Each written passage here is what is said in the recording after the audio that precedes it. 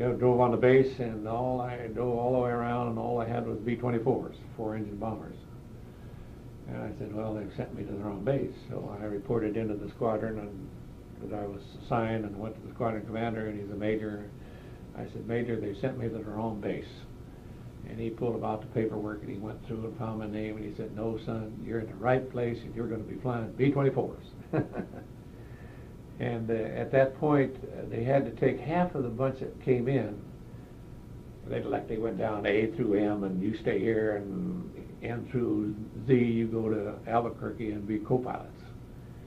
Well, that put me as a co-pilot, and I was been an officer for a year, and I wasn't about to go fly right seats to some flight officer and whatnot. And so I went in screaming, yelled loud and long. And he took my message and he said, well, you make sense. I'll agree. You stay here and you get your own crew, which I did. I picked up my crew there, you know, and they were 9 plus myself as a crew. And we went through training. I had to get rid of a couple of them because they just weren't qualified to. Well, you got the enlisted men there too. Yeah, I got my navigator, was an officer, and my co-pilot is an officer, lieutenants, and my bombardier was a lieutenant, and the rest were sergeants on the crew. Any of them experienced? The only real experience right off the bat was my engineer. Every time I took off, the Bombay doors came open, and I tried to find out what the hell was going on, and finally somebody came up and said, well, the engineer gets sick every time you take off. So I just had to get rid of him, and I told them so, and they agreed, and they gave me another one. We were all about 20, 21 years old, except they gave me an engineer who was 28, and he was a good old boy, and he was smart, a good engineer, and he ran the crew as far as the airmen are concerned. So it was a good experience. And as far as training experience, we lost quite a few airplanes in training just because of stupid mistakes, or the airplane lose an engine and they didn't know how to handle it and things like that. How was your training up to that point, you think? Good training. We got a lot of hours. We flew almost every day, 7 days a week, 24 hours a day. 24s, that's what it was. Day and night we flew. And we get about 100 hours a month, what we would get. What were you doing in your fun time? It wasn't much time left, but we had time off, and of course the Tucson there was the University of Arizona, and we had dates, met girls, and we had a good time. And the navigator and I became very good friends, and he was married there in Tucson. So I became very good friends with my navigator and his wife, and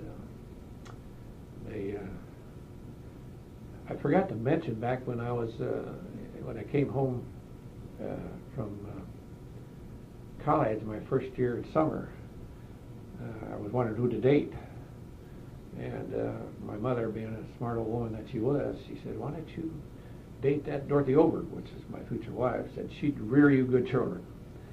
And so I thought that was a pretty good idea, and so I did, and she did.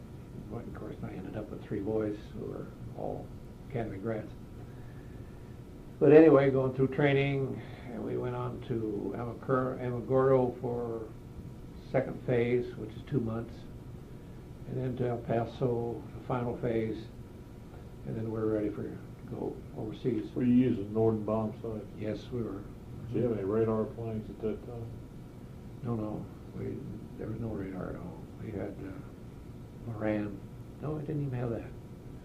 We just had pure navigation, some beacons, but that was about it. And we flew by the rear of our tail end and trusted our navigator, and I had a good one, so that was fine. And we went to Topeka for assignment orders, and we were known as the Berry Provisional Group. We went through training as a group, and we went there, and then they assigned the Berry Provisional Group to New Guinea. Now, we didn't know at the time when we got our orders. We weren't to open orders, just to go to Kansas City and get on the train and then open the orders. And we did, and we were assigned to New Guinea. And I didn't. None of us knew where New Guinea was, or the name didn't mean anything to us, or anything else. When would this have been, Dusty? Well, let's see, that had to been, see, I graduated 43, so that would be in May of 43. And then we went, of course, went on to San Francisco, and we flew from there on over to Australia, landed in Hawaii, and we landed at Christmas Isle, Fiji's, Canton Island. I think that's all, and then we went into Brisbane. How long was that took? About 3 days. We stayed overnight in the Fiji's. Did you take a 24 over? No, we went as passengers. It was 24 we went in, but we flew as passenger. Good and, ride, huh? Oh yeah, but it wasn't. You know, we were young and didn't mean anything. Yeah. And then we went into Brisbane, and I remember it was, of course, it was May, June, end of May, I guess. And that's their winter. You know, summer here, it's their winter, and they gave us one blanket and a cot and an open tent. We damn near froze. But then we were there about 2 days, if I recall, and then he put us on a train to go to North Webb in North Australia, which is Townsville, Australia, which is the farthest north, right on the tip of the north of Australia. It took us 3 days to get there. And we were in these trains where, you know, like at French, they open doors to the side, each one, and there were 3 in a seat. We were 6 in one room. So we had to take turns sleeping, you know, sit and some would sleep.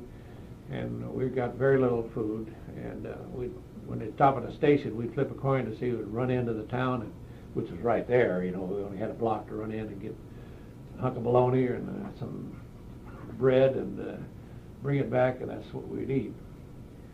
And so How did you find the Aussies? Well, very good, because most of the Aussie men were off to war. Yeah. So all we really faced were mothers and fathers and Aussie women. And of course, the women, like the one mother told us one time, our girls are really lucky. You guys are lucky. Our boys are off to war, and you're down here with our daughter. And they were good. I never faced any ill from the Australian people, because they knew we were over there to win the war. And then we got off there at Townsville, and then we had to catch a hop. They had to take us over to Port Moresby in New Guinea, which is about an hour run flying. And myself and my other 3 officers went on, I think a C-54, and the crew went on a twin-engine Navy flying boat. And I didn't know till a day or so later, we landed over there, that the crew got off.